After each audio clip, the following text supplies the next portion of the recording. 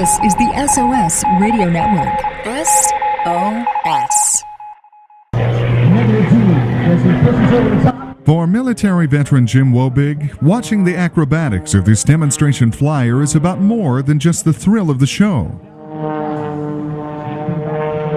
I think it's a fantastic show.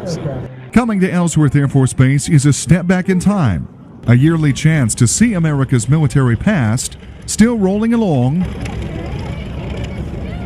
and still flying high.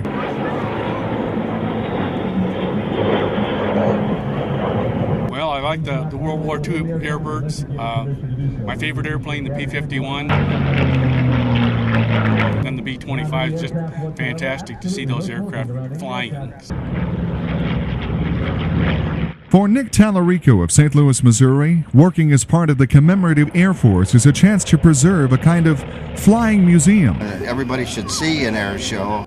Traveling to more than 36 shows a year, I believe it's something that everybody should be aware of. Part of the support crew for planes that would otherwise be destined for mothballs and forgotten memories. Or really history, like the B-25 that we fly was the airplane that Jimmy Doolittle flew off the aircraft carrier in 1942 and bombed Japan. We also have a TBM, and the TBM is the type of aircraft that George W. Bush flew, but it also actually won the Battle of Midway. A side-by-side vision of America's military past and pilotless present. You really don't even have to be a pilot to actually propagate a threat. Everything's done with pilotless aircraft. You can't see them, you don't know when they're coming. For the tens of thousands who turn out here, the day is a chance to get up close with America's best military hardware.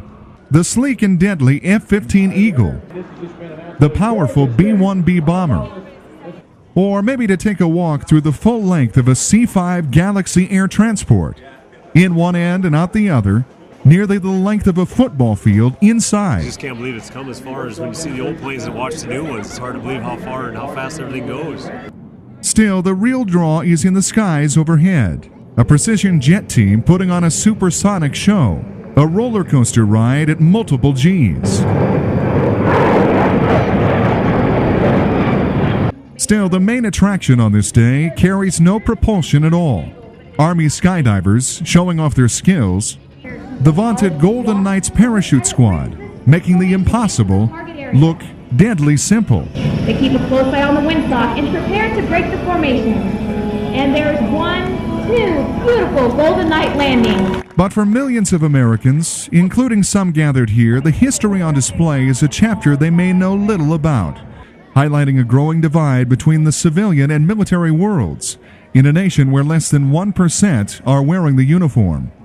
I don't know how much of an emphasis there is put on wartime history in the United States and in the educational system anymore. And unless somebody's interested in that period of history, they're not going to spend a lot of time being involved with it. And where 3 ongoing wars are a constant reminder of those who might not be coming home. I know that there's a lot of things that need to be done, but it's just kind of hard to watch some of the things that are happening and some of the people that haven't, pulled back and made it through it. It's kind of hard to watch. But current events and current dangers that make days like today important reminder for both spectator and museum curator that our history and that of wars, both past and present, are a legacy we either remember or forget at the peril of future generations. What's going on with the Middle East right now? There are people that are not forgetting about aggression and that type of thing, and so if we forget about it here, then we're kind of defenseless. From Ellsworth Air Force Base, Shad Olson, SOS TV News.